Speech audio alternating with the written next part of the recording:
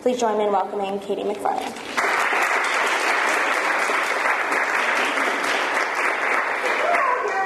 Stand here because that's a long ways away. And I just want to tell you, feel free to get up, get something to eat. I have 5 children, so I am completely used to people eating and paying absolutely no attention to whatever I'm saying. So feel right at home. I just want to know who you guys are. How many of you have ever lived or worked in Washington before? Okay. I started out as a freshman at GW, and my first job in my freshman year of college was to work at the White House as an intern. Although in those days you actually got paid, so that's good. What I would suggest to all of you that are new to Washington, it's going to be really exciting, you're going to be busy, you're going to be doing everything, you're going to be working, you're going to be playing. Take some quiet time and go to the Lincoln Memorial and the Jefferson Memorial and just walk around, sit down, read the inscriptions on the wall, and just soak in that part of Washington, because this is the power part, this is the exciting part. But it's really important to kind of get it in your soul and in your bones, and that's the way to do it. One of the things, actually the only thing I want to talk to you about now is foreign policy and national security. And all the people who come to you and say, look, it's all the election stuff, everything is all going to be about the economy, it's the economy stupid. They're right, but they're wrong, because it's going to be a lot of national security issues. So, I'm going to educate you on what those are, so you can be the single smartest people when you go back to wherever you are in college, okay? You can act very knowledgeable about the following issues. The Arab Spring. Everybody knows what the Arab Spring is, right? Okay, we all know what that is. The Arab Spring is a series of, every one of these countries that's having these revolutions is a different story. But they all share a couple of things in common. Every one of these countries in the Middle East has very large youth populations. To the point where, in some cases, 65-70% of the population is under the age of 30, under the age of 25. And the other thing they share, none of those kids have jobs. So can you imagine what America would be like if everybody in you didn't have a job? You go to the streets. You want something different. And that's what's happening in every one of the countries in the Middle East. The way you should think about them is any revolution in history, even our own. Think of it as a 3-act play. Act number 1, first act, you get rid of the dictator. You get rid of the autocrat, you overthrow the king. That's what's happening in all these countries. Sometimes it happens very quickly, like in Egypt, where Mubarak was gone within a month. Sometimes it takes a long time, which is what's happening right now in Libya, where Gaddafi doesn't want to go. Act 2 is when the guys who overthrew the guy in Act 1 try to figure it out for themselves. They try to run things. When they overthrew the autocrat dictator king general, they were all united in their opposition to the head guy. But once it's their turn, they start fighting amongst themselves. They sometimes screw it up. They sometimes screw it up really badly. And while they were terrific at organizing a revolution, they're really crummy when it comes to things like getting the water, to flow on time, getting the electrical grid, getting the mail delivered. They don't know how to do that stuff, and they sure don't know how to run elections. So at the end of Act 2, you have particularly that chaos. Now, Act 3 is when those reformers and revolutionaries either get it together and they figure out how they're going to run that country, or they fail.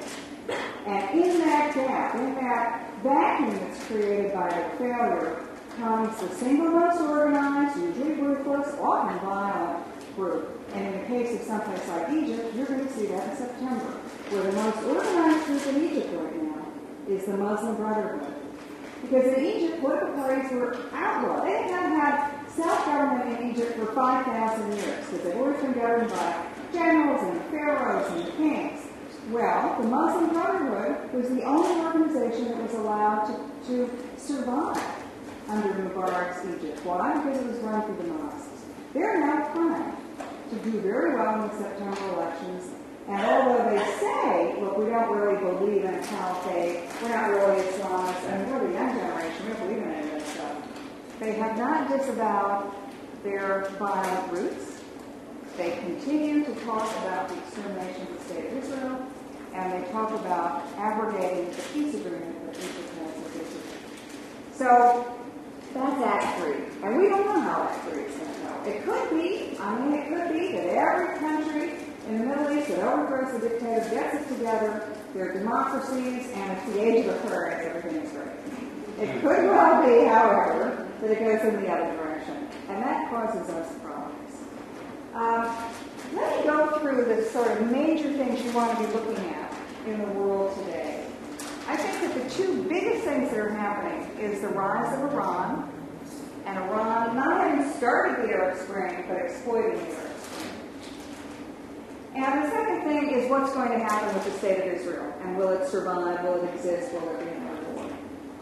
The things to really pay attention to, you have a good time this summer, but in September, you want to watch two things.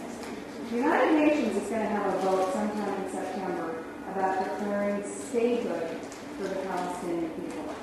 Now, President Obama 2 weeks ago said, and I'm sure you all followed this even as you were transitioning to come to Washington, he said it's time for the Arabs and the Palestinians to reach an agreement. We can do it very quickly, even though they haven't had an agreement for 3,000 years. We're going to do it very quickly because I'm going to do it. I'm going to get them both to come together, and we're going to do it on the 1967 borders as the basis of this two-state solution. Well, it's not going to happen. The Israelis have rejected it. The Palestinians don't want it either. And so what will happen is in September, the Palestinians will go to the UN and they will say, why don't you forget the negotiations, declare us a state. Now, the United Nations is very pro-Palestinian.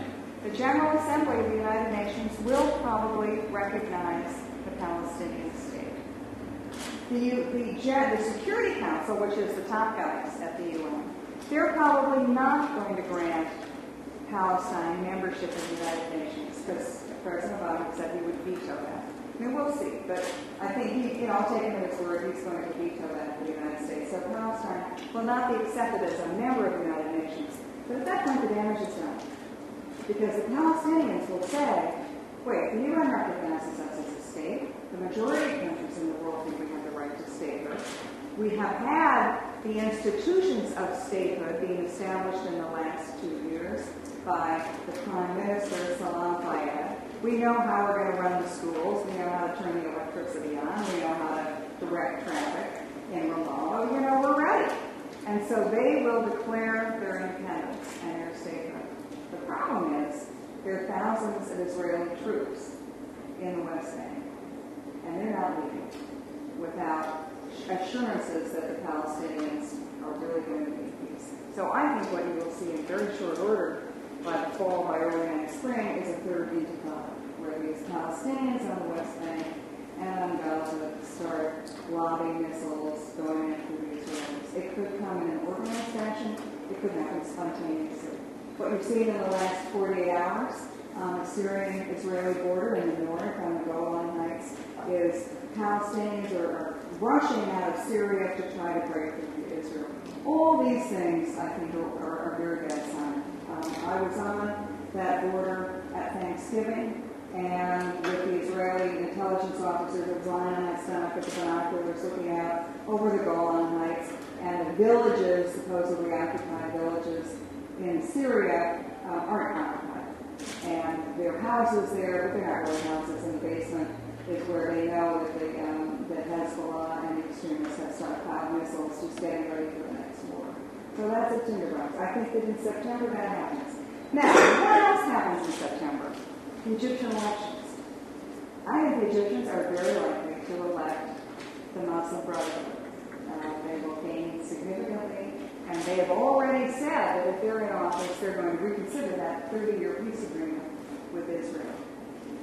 Now, all of the conditions that were in the Middle East before the Arab Spring, high youth population, lousy economic prospects, those still exist. In fact, they've gotten worse because tourists aren't going to that part of the world. So then what happens is the leadership in these countries is going to look and say, if you're of Assad of Syria, you're not going to say, look at me, kill my people. You're going to say, don't look at me, kill my people. Look at those dreadful Israelis. They're horrible. They're killing Palestinians. And so you could potentially see the Muslim countries, the Arab Spring countries, whether it's Egypt, whether it's Syria, maybe Jordan, maybe Lebanon, decide that this is their moment to go after Israel, to divert attention from whatever they're doing or their own domestic insecurities or the problems they have. So you could well see a Middle East war by, and why do we care, right? These guys are the world of time that they're 3,000 years, how does that affect us? It actually affects us pretty greatly. Because, for two reasons. I think America's strategic interests in that part of the world. By the way, if you want to go get cookies and just don't worry about walking in front of me, I'm fine. Okay, as I said to everybody else, I have 5 children, nobody pays a bit of attention to me, so I won't say that. We care because I think we do have a commitment to the state of Israel. And the crunch will come, not when the bullets start flying, but the crunch will come when Israel needs to be resupplied in war. Israel cannot fight a war of attrition. It needs to be resupplied. It needs to be resupplied by us. You tell me, will President Obama resupply Israel in the Middle East war? I don't know. The other thing is that Egypt will need to be resupplied because we are the primary arms dealer to the Egyptians. I can see a scenario where President Obama says, now I know every other American president in history has supported the state of Israel, but we've got to be even-handed about this, and so we're not going to help either one. And I think then you see a very desperate situation in the Middle East. I think our second strategic interest in that part of the world is the obvious one, oil. So, without being too ruthless about it, I think that we have an interest in stability in the Persian Gulf and guarantee the free flow of oil through the Strait of Hormuz. What endangers that? What could potentially challenge that? Well, the Arab Spring, goes from country to country to country. Where might it end up? Well, where is it today? It's in Yemen, right? 2 days ago, the president of Yemen, there was an attack on the presidential palace. He got injured. He's now in Riyadh, Saudi Arabia, getting stitches. He's unlikely to come back again. And if he does come back, he's in a greatly diminished position. The former head of the CIA, Michael Hayden, is a good friend of mine, and he once told me, he said, the head of Yemen, the president of Yemen, don't think of him as a president, think of him as a juggler. This is a guy who's juggling the interests of 20 different tribes. Every one of those tribes wants their share of oil money, their share of military equipment, and the president of Yemen doles it out in such a way that no one tribe is too powerful, no one tribe challenges him. So with the president of Yemen, now in Saudi Arabia getting stitches, what's going to happen? I don't think a new juggler comes to take his place. People will try, but they won't be successful. So Yemen will descend into hell, frankly. They'll descend into a multi-party civil war. They're one of the only countries in the world with no water. They're running out of water. There's no water. They're running out of water even in the capital city right now. And so I think Yemen goes from really bad to a whole lot worse. Now, why do we care? Again, part of the world, most of us can't find Yemen on a map, right? What does it matter to us? Well, it matters for 3 reasons. One, Yemen has in fact been the best source of intelligence to us on Al-Qaeda. They traded it. They don't give it away for free. They give it away for money, military assistance, and other things. But they're not going to be able to be in a position to do that anymore. The second reason that Yemen is important to us is that's the most successful franchise of Al-Qaeda. That's Al-Qaeda of the Arabian Peninsula. Anybody heard of Anwar al-Awlaki? American citizen, used to preach in a mosque right outside of Washington, D.C. He's the guy who masterminded the underwear bomber. Well, he's in business in Yemen. He has created Al-Qaeda in Yemen. It's a growing process. He thinks he's the heir of Osama bin Laden. And in a failed state of Yemen, he has absolutely nothing to prevent him from using Yemen as growing the operation, so to speak. So the second reason we don't like Yemen going to pot is that it's going to be a new home and new headquarters for Al-Qaeda. And the third reason is if you actually did find Yemen on a map, you'd realize that it has a very long boundary and border with Saudi Arabia. What happens in Yemen, if Yemen is Al-Qaeda set up shop in Yemen, Al-Qaeda is destabilizing the Yemeni government. It starts spreading. It'll go from Yemen to Saudi Arabia. It could go from Yemen to Bahrain. Again, why do we care? Because we really need a stable Saudi Arabia. If Saudi Arabia's oil doesn't get to us, or the Strait of Hormuz where the Saudi peninsula sits, that's 45% of the world's exported oil. I mean, you don't like $4 a gallon of gas, right? Just think about $6 a gallon of gas. That's going to look like a bargain if that part of the world is destabilized for an extensive period of time. And even if it's only destabilized for 2 weeks, let's say there's some kind of a military incident in the Strait of Hormuz, which blocks the Strait of Hormuz for a week. Maybe the Iranians mine it, maybe the enemy sabotage and blow up a ship. Well, okay, we'll clear it out. Fifth Fleet is there, we'll clear it out very quickly. But what will happen is the insurance rates on oil tankers leaving that part of the world will go through the roof. And so you will see high oil prices and that. So that's another part of the world where I think it's extremely important to watch. The other two things I think are in America's strategic vital interest. And these are not immediate, but sort of bigger picture ones. And that's the reestablishment of the American economy. Because if we're a debtor nation and a beggar nation, we can't afford anything. You think that it's expensive to carry the military burden that we have today. Can you imagine trying to carry that military burden if your biggest creditor is China and the Arab countries in the Middle East who really don't have your best interests at heart? So I think it's extremely important. In fact, probably the single most important thing America can do is to regain our economic vitality and to stop borrowing money from countries which hate us, because those countries will want something for that money. I don't know, did anybody see the movie Too Big to Fail? Oh, don't see it. You won't understand it. I had to watch it 3 times before I could figure out how to do it. But there's a section in this movie where at the Beijing Olympics, the Secretary of the Treasury is sitting next to the Chinese, I don't know, I guess Treasury Minister, or head of the Bank of China. And the Bank of China says, hey, Hank Paulson, we were in the middle of this crisis, right, the meltdown, all that. He said, the Russians have just come to us last week and suggested that we, the Chinese, and they, the Russians, dump all American debt. In other words, flood the market with all of the IOUs from the U.S. Treasury. What that would have done was it would create, the American currency would collapse within hours. The Secretary of the Treasury says, well, what did you say to the Russians? And the Chinese, who the Bank of China said, well, we told them no. But America, Mr. Paulson, understand that your indebtedness is a major vulnerability in your position in the world. So I think that's the first strategic and vital interest the United States has. Fix that economy. The second one, which is a longer-term one, is what's China doing? Where is China going? What is their motivation? Another thing, I'll be at time to read books this summer because you're going to be going to the Washington Monument, you're going to be going to the parties, you're going to be hanging out here. But there's a great book by my old boss, Henry Kissinger. It's called On China. It just came out last week. On China by Henry Kissinger. He says that the United States and China have a very different worldview. Our worldview is that we want to go change the world and make it a better place, right? If there are no rights for women in the country, we want to help them have rights. We really see our role in the world as democratizing the world. Republican, Democrat, maybe to a different extent, but there's not a whole lot of daylight between Obama's foreign policy and the Middle Eastern churches. He says, however, the Chinese view the world very differently. For them, it's all business. They don't care about making the world a better place. They care about access to raw materials. They care about China's development. And so where we could potentially have a conflict with the Chinese is in the access to raw materials and as we compete around the world for things. One of the reasons that we need to keep a strong defense budget is because we need to have pay for an American fleet that can protect the free flow of commerce for the United States, but also for the rest of the world.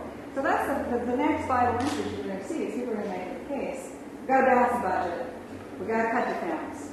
And I'll agree, you've got to cut defense and I'll help you do it. But not to the point where you eliminate the possibility of not challenging, but of making the United States the guarantor of free trade throughout, particularly throughout the Western Pacific. So those are the 4 vital interests I see the United States has. Right of Israel, access to oil, fixing our economy, number 1, and finally the rise of China. Now notice that in that I didn't say a thing about Libya. Okay? We're in a third war in Libya. I mean, I'm not going to figure out what we're trying to do in Libya. There was no articulated mission. President Obama said, Gaddafi's got to go. And we're going to have this limited military engagement. It's not really a war, but we're going to be heavily involved. But here we are, 70 days later, Gaddafi's still there. The president says, don't worry about it, it's all just fine. And yet, here we are committing American military resources to a part of the world that I don't think is our vital interest. The other thing I didn't talk about was Pakistan and Afghanistan. Now, we're spending $2 billion a week in Afghanistan. I'm not sure what we're getting for it. So that's another area where you're going to see a lot of debate. You're going to see a lot of debate this Thursday. Leon Panetta is coming to the Hill for his nomination hearings on Thursday. And if you have an opportunity, I'd go listen to that because they're going to talk about all these things. So, if everybody tells you at the end of the summer it's all about the economy, stupid, it is about the economy. But I think you're going to see in the next year that it's going to very definitely be about all these national security issues as the situation in the Middle East gets more dangerous, not less, as the relationship and competition with China heats up, as our indebtedness to these countries increase, and I think as there is a very high potential of another Middle East, Israel, somebody in the Middle East. So, if anybody has any questions, I'd be happy to answer them. Yes, ma'am. Oh, you have to tell me who you are and where you go to school. Okay. Because I do have children actually. Okay. Well, my name is Luce, and I go to the University of Miami. Okay. And my question is, with the recent death of Osama, Right. what do you think the stance of Al-Qaeda is? Will they go back down? Yeah, well, we go forward. I think it's a terrific question. Okay. University of Miami wants to know about Osama bin Laden and what is his death, what happens next to Al-Qaeda, right? I think Al-Qaeda is going to be in this position for a couple of things. First of all, they have to show their relevance. They haven't had any big ones, since September 11th, or the Bali bombing, or the military plane bombing, or the blowing up a couple of buses in London. So they've got to show the world that they're still relevant, particularly as the Arab Spring is going on, because it looks like they've sort of just passed them by. So I think they will try to do another couple of big ones. Now, whether they succeed, I think is a separate question. But I think they will definitely try, and I guess that they're trying very hard to get their hands on some kind of offensive mass destruction.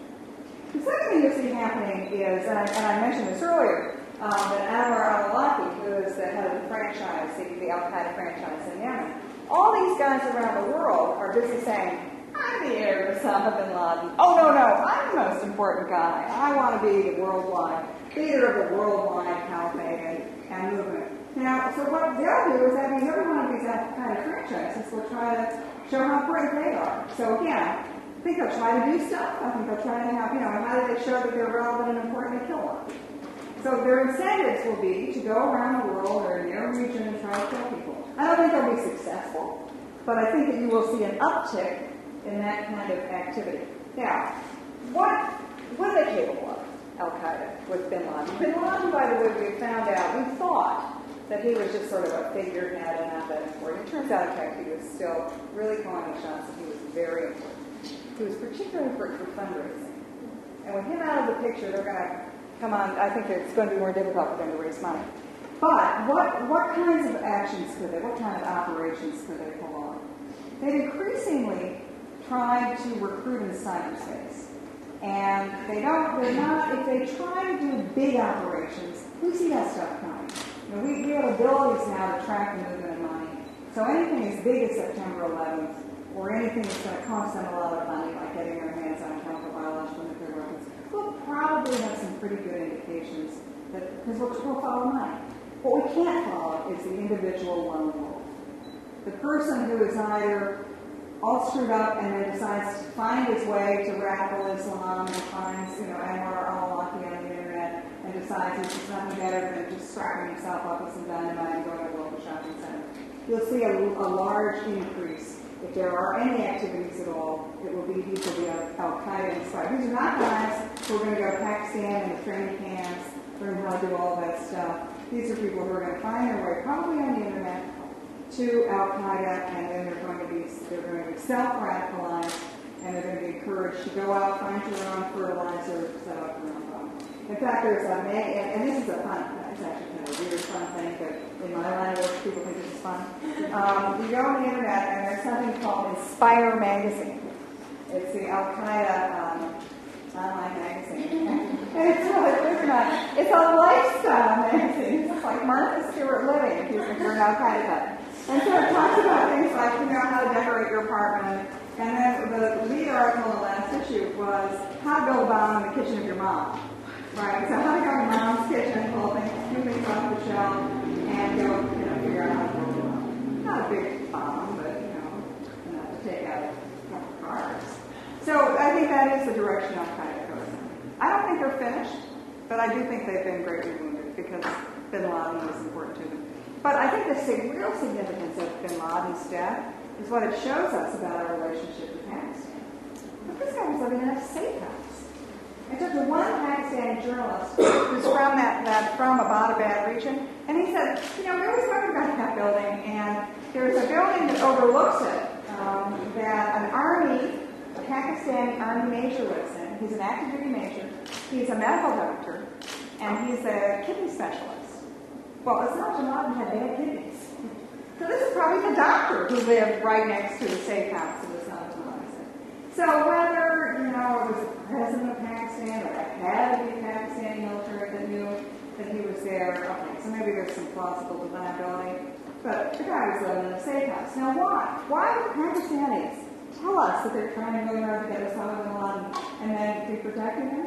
What? Pakistan is in the get bin Laden business. If they get bin Laden, they're out of business. They were using the fact that you got to help us, you got to give us a lot of military assistance, because if not, bin Laden's going to come and get you again.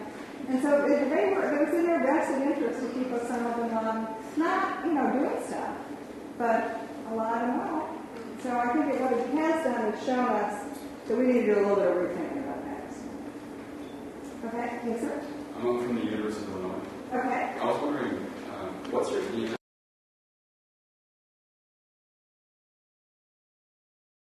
on military funding of Gulf states that are our allies now? Yeah. Do you think that they could become a threat in the future? Do you think that probably with funding the military, even though we have this? Okay, now this is a question from the University of Illinois about funding the Gulf states, foreign aid, right? Well, first of all, most of the Gulf states are really rich. They don't need stuff, but the other states are not, like Egypt, for example. The president at the G8 announced that they're going to give $30 billion to Egypt. I'm a big proponent in buying friends. I think buying friends is a whole lot cheaper than killing enemies. But I want to follow that money. If the money we're giving to Egypt is like the money that we gave and the assistance that we gave to Eastern European countries when I was in the Reagan administration and the Berlin Wall came down, we were all over those countries. East Europe, East Germany, Hungary, Poland, Czech Republic. We were there. We flooded with lawyers who said, let me help write the Constitution, political advisors who said, let me help you form political parties. We were great, and it worked. Hey, they're not elections, and they're our best friends. But what we didn't do when the Shah of Iran fell in 1978 is we didn't rush in. We didn't send them political advisors. We didn't send them people in front of the campaigns. As a result, ultimately, an act ready to play, the Islamic extremist came. So I think it's a good idea, but I want to know where that money goes. The aid that was particularly was military aid that training. Oh, military assistance, not Military economic assistance. Yes. Again, I want to get something for my money, and I want to get something for it. One of the problems that we had, I think, in some places like Pakistan, we gave them a lot of military assistance. No, we didn't build any schools. We gave military assistance. And so who built them the schools? The Islamists. The madrasas were built by the most extreme Saudi religious radicals. So we should have been in there building schools, not building camps. As a general rule, I want to know what's the end line of all the stuff we're doing. If what we're doing is giving Egypt military assistance, or we're not getting into Syria right now, but any countries that are giving military assistance, they're going to then be using some kind of Israeli war against Israel. I think that's a good thing. And I think that Congressman McFarland had a really good point. Whenever you give anything, whether it's money, whether it's military assistance, whether it's build schools, don't give it up to the guys at the top, because they just skim off whatever they want, and then a little bit trickles down. And in a country like Pakistan, they've skimmed off a lot, very little has trickled down, and then whenever they get in trouble politically, they bash the United States. So I think the more micro lending we do, the micro investing, the better. In the back, yes. And I'm not running for president. I go to Rome University, New Jersey, Oh, yeah. I mean, domestic drilling from the University of New Jersey, right? Rowan University in New Jersey. Okay. I think this is the whole drill baby drill, right? Yeah. I think we should, that's a no-brainer. We should be drilling. We should have been drilling. We should try everything. One of our biggest vulnerabilities is that we get an item that's an essential ingredient to the American economy and well-being from part of the world that hates us. We pay a lot of money for it, and we're dependent upon their goodwill. I think drill, baby, drill. I think we should drill. I think we should use fracking, shale oil. I just do it all. I mean, you guys are terrific, but they're not going to solve the problem. So do everything we can, and as far as birds getting run into, windmills, that's important. But I really just that there are a lot of other things we have to worry about. I'm really concerned about birds. Don't get me wrong. But they're really important. And my important having birds is extremely important as well. But I do think what we need to do is what we're talking about, the security of the United States, the future of America, the ability for America to be a great power or not, or some potential flip to global warming. I'm not one of those people who wants to sit and have a fight over is global warming real and did we cause it. I don't know. I don't care. Okay. I just want to get us off of the dependency on Middle East oil from countries that can turn right around and use that. I'm sick of spending our money to fight both sides of the war on terror. Sir. I have 2 questions to ask you. 2 questions. Okay. Where are you from? I'm Dave from Auburn University. So it's Auburn University. I always think they can get 2. Okay. I took notice Libya and Egypt got a lot of attention from the Obama administration in Syria and Yemen in ways, and they just got ignored. Yeah. And what do you feel on that? And my second question is, how can you judge soon to be the head of the OPEC, and how do you feel like that's going to handle the whole problem in the U.S.? Ahmadinejad, who is the dictator, president of Iran, is going to be head of OPEC, and I think we're screwed. I think oil then becomes a political weapon that he will use. So, for example, if there is another Israeli-Arab war, some kind of Israeli-somebody war, I think you'll see Ahmadinejad of Iran using that as a weapon against the United States. I think you'll see him also using it as a platform to increase Iran's influence in the Gulf region. So being the head, is he a lot more control? Well, he becomes a spokesman. He doesn't order other countries what to do. But every time you turn on the television, somebody's talking about the oil, you're going to see that guy's mum, right, with that little cheap old jacket. In fact, he can't shave. You're going to see that, and I think that enhances his position in the world. First question? Syria. Yeah, okay. We're now in this weird position, right, where we've said that we're going to be in Libya to save lives, I guess, and get it out of here. And yet in Syria, where there's a much nastier guy in charge, who's busy murdering, tens of thousands of his people, we're not in a position to help. I think that one of the reasons they screw up a lot of stuff, but one of the biggest screw-ups they've had in the Arab Spring is their approach to Egypt, Syria, and Libya. What are the lessons, if you're a bad guy in the Middle East, what are the lessons you're taking away from this? You're saying, okay, in Egypt, America's best friend, Mubarak, who really helped America for 30 years, the first Middle East country, Arab country, to have a peace agreement with Israel. The Americans pulled the rug out from under him. He is now under house arrest. He will now face a trial. He could potentially be executed. On the other hand, you see Gaddafi in Libya, really bad guy, kills his own people. He's hanging on. If you're Assad in Syria, killing your own people, really bad guy, you're hanging on. So what is the lesson you're taking away from the Obama foreign policy in the Middle East? Try to grow people and hang on, because if you try to lead, try to encourage reform, try to be any kind of transition leader, you're dead. You're potentially dead. So I think, in fact, they've taken what was something that might have worked and made it very, very bad. The first really, really bad move was to pull the rug out from under the bar. The administration sent over a guy by the name of Frank, who's a former ambassador to Egypt, really respected foreign service officer. And he negotiated a deal with Mubarak. And Mubarak was going to get a soft landing, he was going to resign, but he was going to have a nice, slow farewell and go off into the sunset. And then there were more demonstrations in Tahrir Square, and the administration got spooked. And they said, it's going to go tomorrow. And then you saw the rug pulled out from under him. Now, what did that do? Well, again, here's the message that I just said to the rest of the Middle East. But the guys who were the most ticked off about that were the Saudis. King Abdullah of Saudi Arabia, the guy we need, keep oil prices low. He wouldn't take a phone call from the White House. Bob Gates had to go over there hat in hand and try to, wait in the anteroom for several hours before he was even seen by the Saudis. The Saudis have also sent delegations in the last 2 months to China and to India, just inquiring as to what interest they might have in Saudi.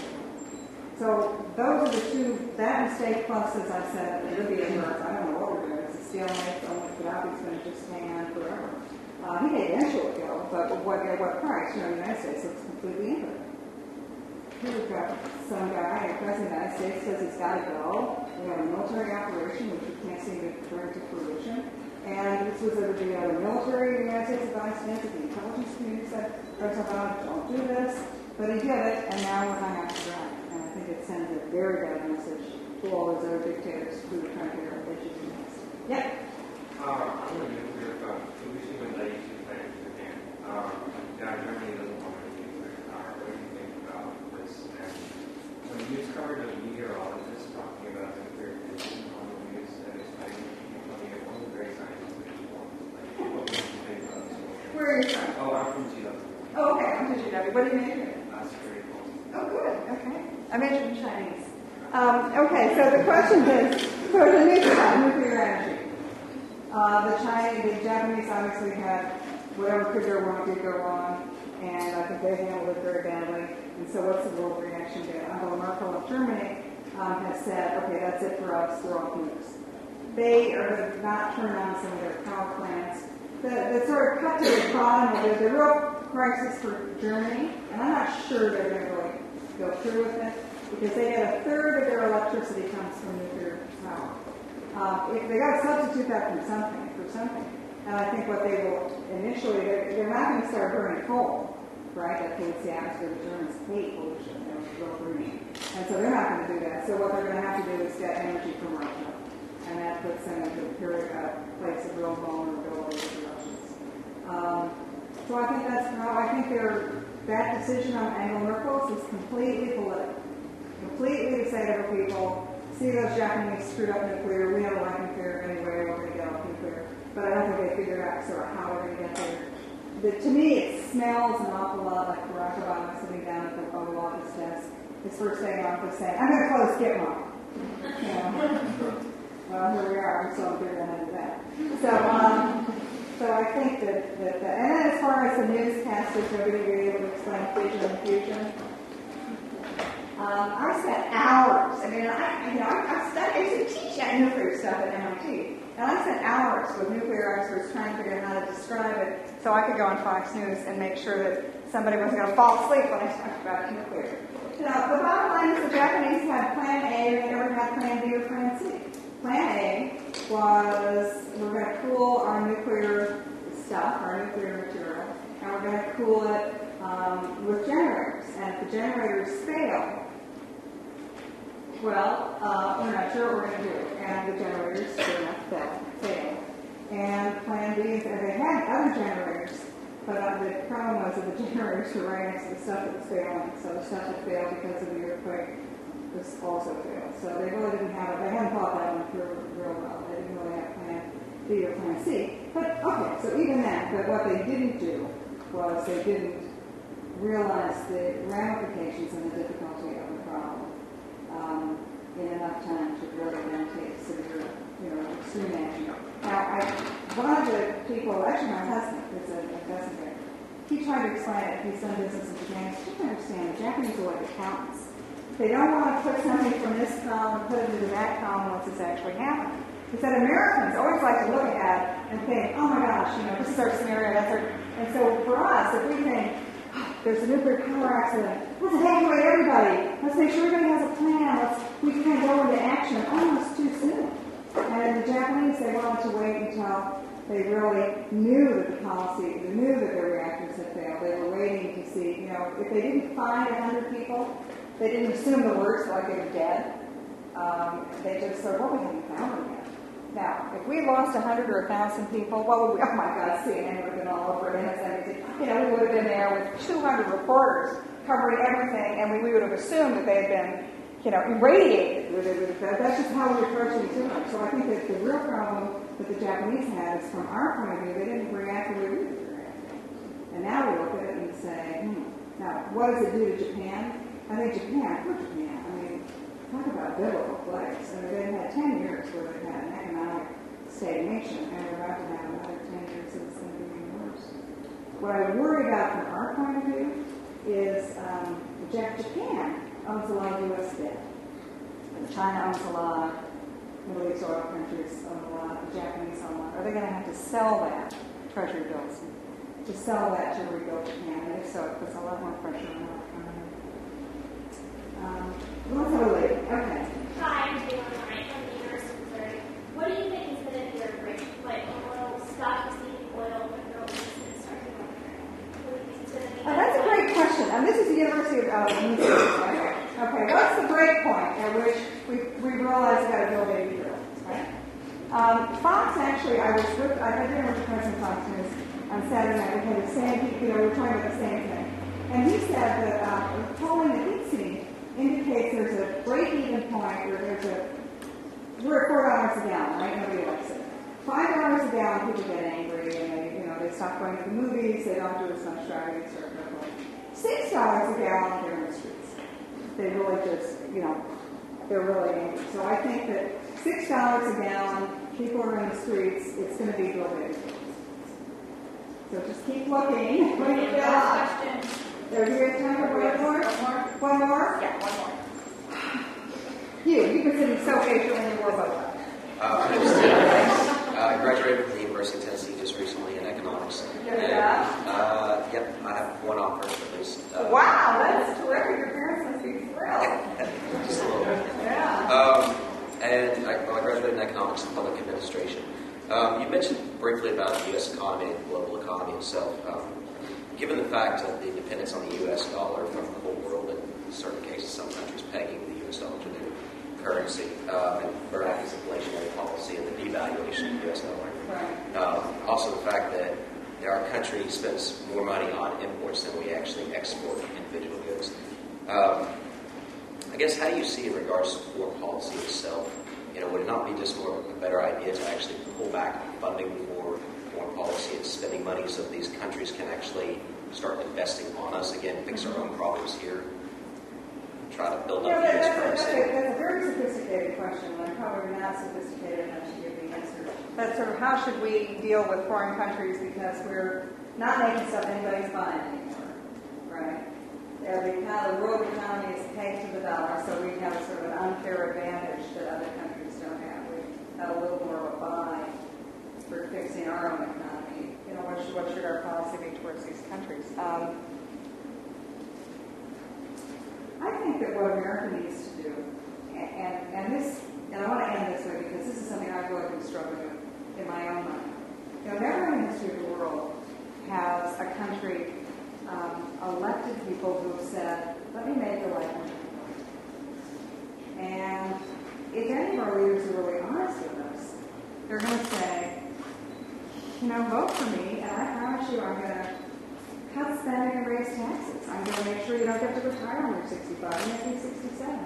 I don't know if a democracy will elect a candidate who will tell you that. Especially if you've got another candidate who says, don't worry about it, it's okay, don't worry, Medicare is going to be there, Obamacare is going to take care of it. I don't know. I don't know if we as a nation, short of a major collapse and crisis, a Pearl Harbor economic, will do what it takes for us to fix our problems.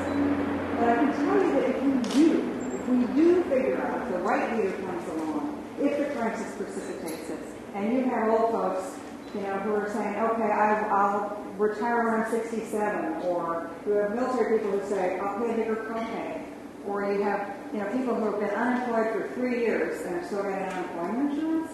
If they say, okay, I'm going to go take that job at McDonald's. It's not what I was on Wall Street, but at least it's a job. Unless we get to that point, I'm not sure we survive. Certainly not in the way that we've all thought of America. However, if we can figure it out, can you imagine the cigarette sense to the world? Every mature democracy is coping with the same crisis. How do you balance guns and butter? How do you balance taxes and expenditure? do you deal with the fact that we all have welfare states that we can't afford? How do we all deal with the fact that we have too many old people and not enough young people? If we find our way to figure that out, we are going to, the world is going to look at America and say, wow, you know, we really sold you guys short way too soon. You have the ability to suffer. And, you know, that's why you guys are here this summer. You're supposed to figure this out. I'm old. You know, I mean, I'm going to be on Social Security eventually. But then I'm really willing to go without. I'm really willing to work for another 5 years past when I can retire. But it's for you guys to figure that out. And I just want to tell you, I was in Washington as part of the Reagan Revolution, as was Michelle. It was an amazing time to be a young person because the world would change the world. If you can't remember, but you don't know, maybe you can read about it in the history of it doesn't give you the flavor of what it was like in the Carter administration. I mean, America was on its knees. We couldn't even mount a rescue mission to rescue American hostages held in Tehran. We had 5 helicopters and 3 of them didn't work. The guys who flew the helicopters had to go to Radio Shack to get some kind of GPS system so they could figure out where Tehran was. You have we had stagflation. We had 23% insurance. If you wanted more money, you had to pay 23% interest. We had stagflation. Nobody had jobs. Nobody might, you were graduating from high school or college, McDonald's was free. You didn't have anything. And America was like, and all the articles you read said, America's best days are finished. You know, clearly the Japanese model is better, or the Soviet model is better. And we were on our knees, and then we're all anything. And there were people like Michelle and me, and we went into government, and it was the most exciting time because you really changed the world. And it's something that's made a difference in my whole life. You have that moment. It will never come again. You have it. You are lucky to be living in this time of crisis because if we didn't have Jimmy Carter, we never would have had one. And we got Jimmy Carter now. Okay. I don't know who Ronald Reagan is, but if you get involved or throw yourselves into this and figure out, how does America come back, it will change the world, and it will certainly change your lives. So it's terrific. You're all volunteering to work this summer. Learn as much as you can. Think about what you want to do with your lives. And God bless you,